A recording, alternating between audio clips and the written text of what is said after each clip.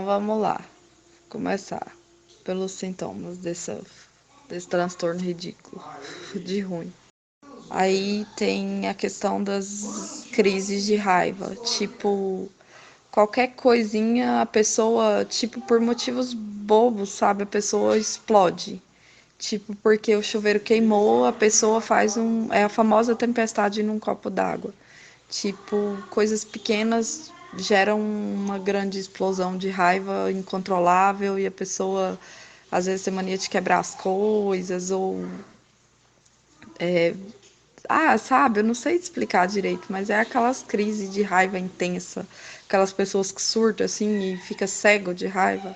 E tem o principal sintoma que faz do TPB ser um dos transtornos mais graves e sérios que tem, que são as idealizações suicidas. Tipo, o borderline, ele tem essa tendência de, como eu te disse, isso começa lá com aqueles hábitos ruins de se drogar, beber muito, excesso de coisas ruins. Daí acontece o seguinte, da pessoa sofrer várias tentativas de suicídio. Na verdade, é um dos transtornos que tem o índice de maior taxa de suicídio. Por essa questão do borderline se sentir vazio, o que que acontece? Às vezes ele tenta preencher esse vazio com hábitos ruins. No caso, tem gente que é sexo, droga, bebida, direção perigosa, que era no meu caso, tipo, eu gostava de adrenalina, automutilação, que é o fato da pessoa se cortar, que eu também tenho esse hábito da pessoa ficar arrancando os cabelos ou cortar o cabelo muito curto, rapar a cabeça, se beliscar, se morder, se cortar. Acho que a principal característica, assim, não é a principal, mas uma das que pega bastante é a questão do medo do abandono. Tipo, a gente, quando tá num relacionamento, não só amoroso, a gente tem medo de ser abandonado, sabe? A gente acha que qualquer coisa vai tirar a pessoa da gente, amizade, ou mesmo até em questão familiar, sabe? É bem complicado. E às vezes tem pessoas, tem borderlines que de tanto medo de ser abandonado, se fecham e não começam a relação justamente por medo daquilo terminar. Daí tem os comportamentos impulsivos e compulsivos. O borderline, ele é muito impulsivo, ele age por impulso. Na, ver... Na verdade, eu tinha que ter te explicado o transtorno desde o começo. Vou tentar fazer isso agora.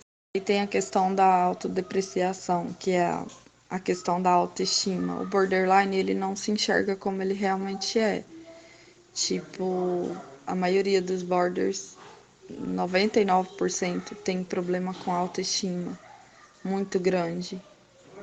Outra característica são as mudanças de humor.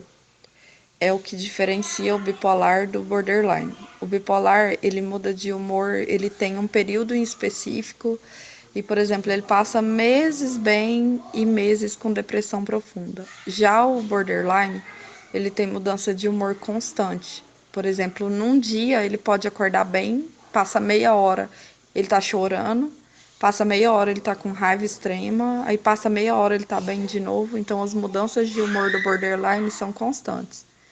Tipo, é muito foda lidar com isso.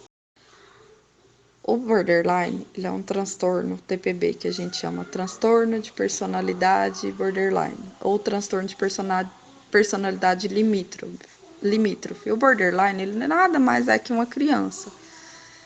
Esse transtorno, ele é desenvolvido por predisposição genética de outros familiares que tenham alguns problemas psiquiátricos, não necessariamente TPB, ou por abuso sexual na infância, ou por negligência, ou por abuso psicológico, chantagem emocional, ou um trauma de infância. Ele, na verdade, ele é desenvolvido na infância.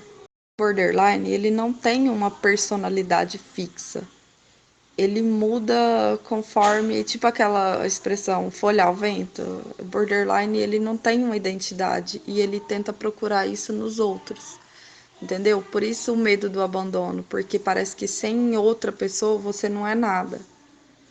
Aí é onde vira aquele grude.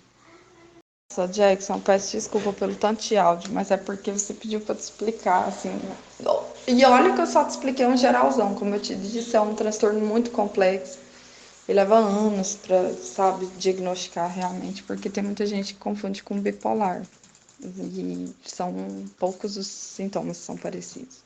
E como eu te expliquei que esse transtorno é desenvolvido, na maioria das vezes, por um trauma de infância, por um abuso, por uma coisa, o borderline ele vive muito no passado.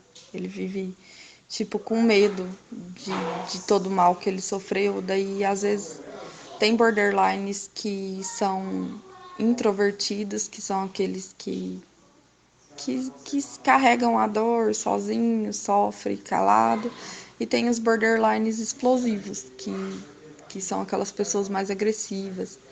Sabe, tipo aquelas mulher que termina com o cara e vai lá e quebra o carro, tudo, e faz barraco. Tem dois borderlines, como eu te expliquei, dois tipos. Não necessariamente. E outra coisa, como a personalidade nunca é fixa, então pode ser que a pessoa seja introvertida em um momento e extremamente extrovertida em outros. É uma confusão, uma loucura. Outra característica bem marcante do borderline é a sensação de vazio que a gente tem. Essa, pra mim, no meu caso, é a que mais pega. Tipo, você sente que nada te completa, mesmo quando você tá bem, você tá sentindo que tá faltando alguma coisa, parece que nada nunca é suficiente, sabe? Aí você tenta buscar preencher esse vazio de formas não tão saudáveis, que é o outro sintoma que eu vou tentar te explicar agora.